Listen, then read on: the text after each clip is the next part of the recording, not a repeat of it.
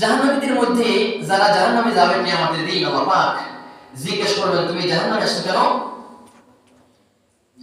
জাহান্নামীদেরকে কিয়ামতের দিন আল্লাহ পাক জিজ্ঞাসাবাদ করবেন, ও মুসলমান, মুসলমান হোক বিধর্মী হোক যে কোনো মানুষ হোক, মানুষ রূপে যে সকল মানুষ থাকবেন তাদেরকে ফেরেশতাগণ জিজ্ঞাসা করবেন তুমি জাহান্নামে আসছো কেন?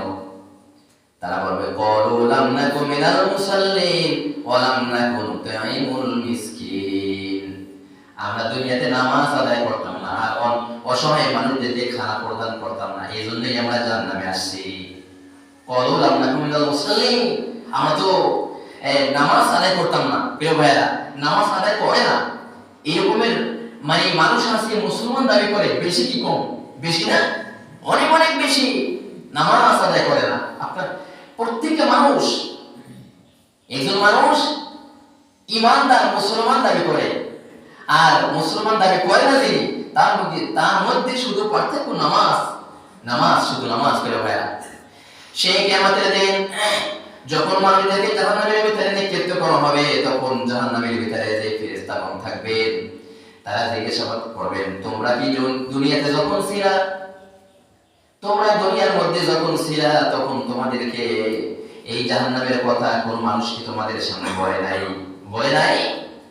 এরকম একটা শাস্তি আছে, একটা কষ্টদায়ক স্থান আছে যেখানে জাহান্নাম, যেটা কত না কষ্ট, কত না শাস্তি এখানে, এই কথা কি তোমাদেরকে দুনিয়াতে কেউ বলে নাই?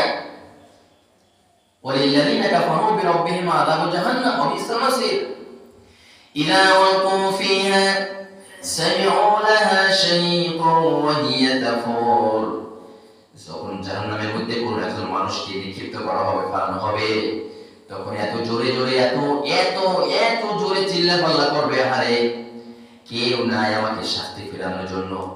প্রিয় ভাইরা, দুনিয়ার মধ্যে কোন মানুষ যদি শাস্তির সম্মুখীন হয়, আগুনে ধরে তাকে কারেন্টে স্পর্শ করে অথবা তিনি গাড়ির চাকার নিচে পড়ে ফেসে যায় অথবা নদীর ভিতরে ডুবে যায়, তাহলে কয়েক সেকেন্ডের মধ্যে, কয়েক 1-1.5 মিনিটের মধ্যে মানুষটা মারা যায়, আর কিছু টের পায় না। টের পায় এখানে মনে করেন আমরা যারা মসজিদের ভিতরে আসি, আল্লাহ না করো এখানে যদি কোনো আগুনের বিস্ফোরণ হয়, কারেন্টের হোক, গ্যাসের হোক, কোনো কিছু তো আমরা 2-1 মিনিটের মধ্যে মারা যাবো, তাই না? মারা গেলে তারপরে সাধারণত এই দেহের উপরে কি হয়, এই দুনিয়ার লেভেলে এই আমরা টের পাই না।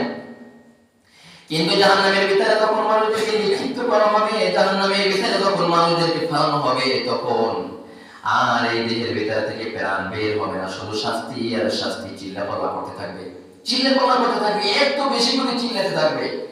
সেই জাহান্নামের চিল্লানির একটু শব্দ যদি, কিঞ্চিত পরিমাণ শব্দ যদি দুনিয়াতে আসতো,